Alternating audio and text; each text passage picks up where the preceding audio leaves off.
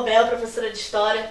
A gente vai ver agora sobre o final do Estado Novo, né? O final desse período que marca os 15 anos em que Vargas esteve à frente ao poder.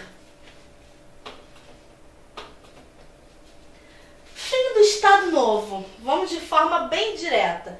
Estado Novo, só para a gente retomar, foi aquele período conhecido como período da ditadura, um período que não era democrático, onde Vargas fecha a Câmara e aí vai cerceando as liberdades. Tem a questão da censura, a questão da repressão política, de você perseguir e torturar os opositores, enfim. Mas tem também outro lado.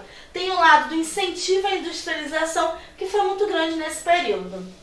O fim do Estado Novo. Vamos marcar alguns pontos que foi encaminhando para desestruturar esse governo. A luta contra o nazifascismo estabelece uma contradição interna. A ditadura estava lutando ao lado das forças pró-democracia. Então você vê, vamos pegar assim dois exemplos. De um lado você tem Estados Unidos, do outro você tem a Alemanha. Estados Unidos democrático, a Alemanha fascista. A Alemanha o quê? A Alemanha que não era democrática. O Brasil entra, se você pegar pela polaca, que era de inspiração fascista, se você pegar essas características do governo, teoricamente, você lutaria ao lado da Alemanha, porque a Alemanha que estava definindo a mesma coisa, não, nesse caso, os Estados Unidos, mas foi o contrário. Então, assim, a democracia ganhou num país que não era democrático. Entende? O Brasil não democrático foi lutar ao lado das democracias. Então isso mostra uma contradição. Diversos setores sociais começam a pedir uma democracia interna também. Então se você manda os nossos homens, a FEB, a Força Expedicionária Brasileira, para lutar a favor da democracia, vamos fazer a democracia aqui também.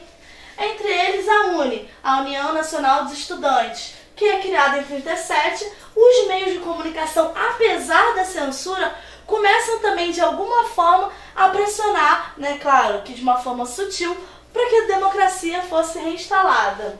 A OAB, que é a Ordem dos Advogados do Brasil, e líderes liberais de Minas Gerais e Belo Horizonte fazem manifesto contra a ditadura. Consciente do perigo, Getúlio procurou liderar uma abertura democrática. Então, como assim? Ele começou a perceber que não ia conseguir mais levar as coisas do jeito que estavam. Então ele queria aos poucos fazer, né, reinstalar a democracia para que não ficasse abalado no poder. Então ele fixa um prazo para a próxima eleição presidencial. Ele concede anistia ampla a todos os condenados políticos. Então quem foi preso, perseguido por fazer oposição, teve anistia. Nesse ambiente de democracia, deu-se a criação de diversos partidos políticos. Então, cria-se novamente os partidos políticos que tinham sido considerados ilegais. Surge também um movimento conhecido como queremismo. Surgiu da união entre trabalhadores e comunistas, com o apoio de Luiz Carlos Prestes. Gente, o movimento surgiu do slogan do PT que é Queremos Vargas. Então, queremos Vargas, movimento queremista, ou o queremismo. É importante aqui o que é, assim, para você se ligar, que o Luiz Carlos Prestes foi aquele mesmo, que foi preso por Vargas, que a mulher dele, Olga, foi mandada de volta para a Alemanha e foi morta, né, pelos nazistas lá. Esse mesmo está aqui, nesse período, fazendo a campanha, ajudando na campanha para o Vargas, seria o queremismo. Queremos que Vargas continue. E aí, assim, vamos lá. Pontos, só para deixar bem esquematizado para você. A luta contra o nazifascismo estabelece contradição interna. Ditadura lutando ao lado das forças pró-democracia. Você tem diversos setores sociais começando a pedir uma democracia interna, como a UNE, meios de comunicação, apesar da censura.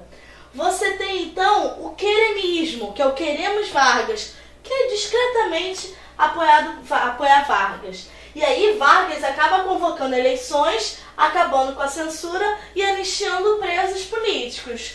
Junto com isso, né, Vargas acaba criando dois partidos políticos, o PTB e o PSD, para agradar os trabalhadores e a elite, respectivamente, além de permitir a formação de partidos oposicionistas. Então você vai vendo que aquela estrutura de governo ditatorial, né, aquela estrutura que não tinha nada de democracia, começa a se desmantelar, começa a acabar.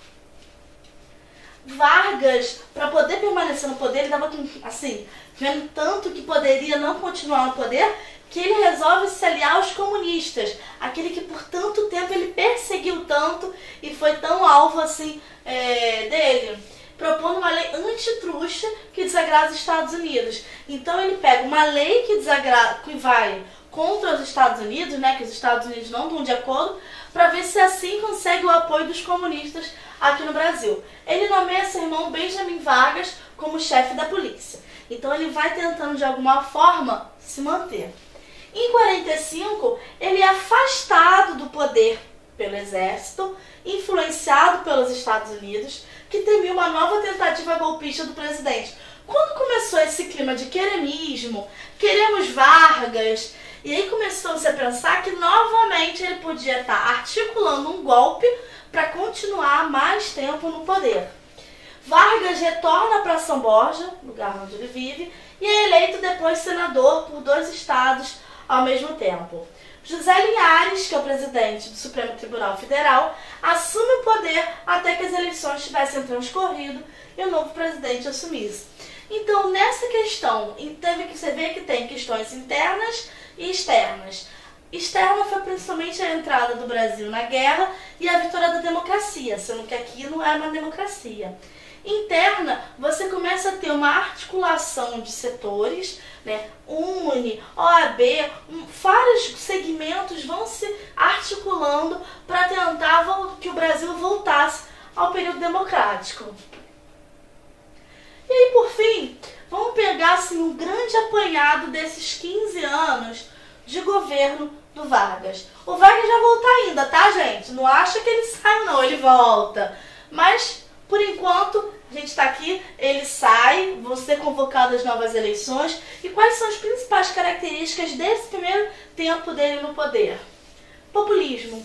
Você pensa em Vargas, pensa em populismo. Principalmente no segundo governo, isso vai ficar mais estabelecido, mas aqui ele já é conhecido como o pai dos pobres. É uma visão paternalista, tá? Como se ele estivesse ali para ajudar os pobres. É um tipo de governo que possui as seguintes características do populismo: autoritarismo, estatismo, né, um Estado forte, corporativismo, culto ao líder combinado com concessões parciais à camada mais pobre da população visando obter seu apoio. Por isso, o pai dos pobres. É como se assim, vou criar então o salário mínimo, porque aí, olha como eu sou bonzinha, eu tô dando pra vocês o dinheiro mínimo pra vocês.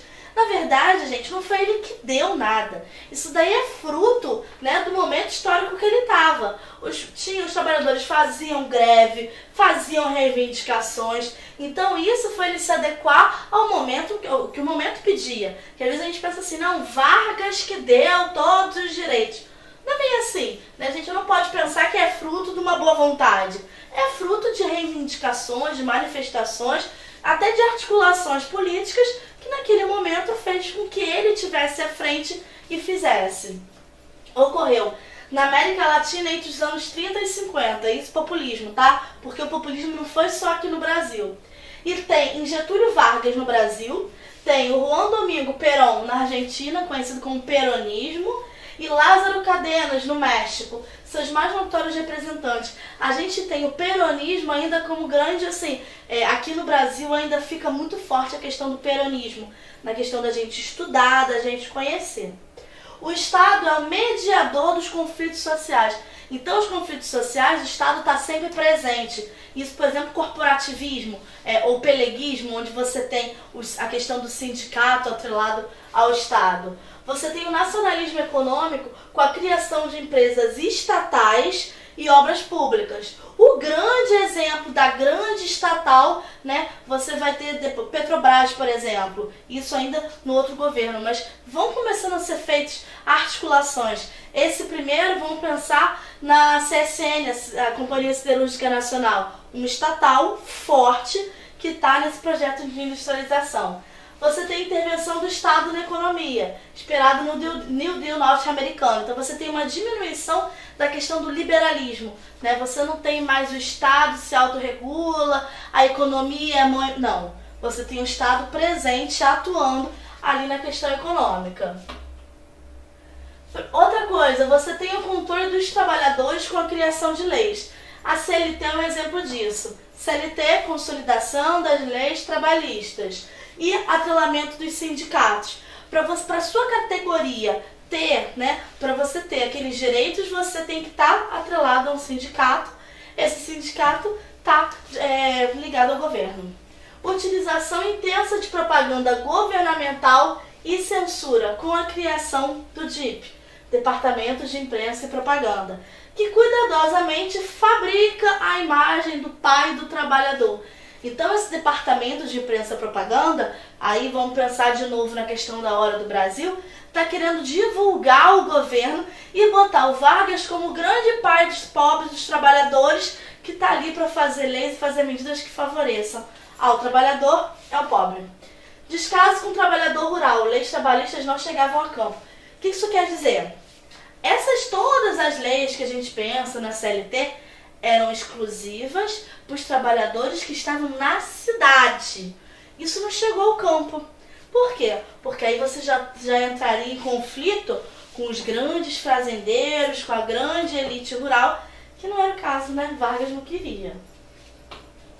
Então tem o incentivo ao mercado interno, né? O mercado interno começa a ficar com volume maior, recuperação do preço do café, o preço do café que por um tempo ficou em baixa, né? Não ficou lá grandes coisas, você começa a retomar, usando para isso até a queima de estoque, incentivos à indústria nacional, principalmente a de base durante a Segunda Guerra, com a criação da CSN, a Companhia Siderúrgica Nacional, e a nacionalização da refinaria de petróleo. Então a gente vai ficando por aqui. Tchau!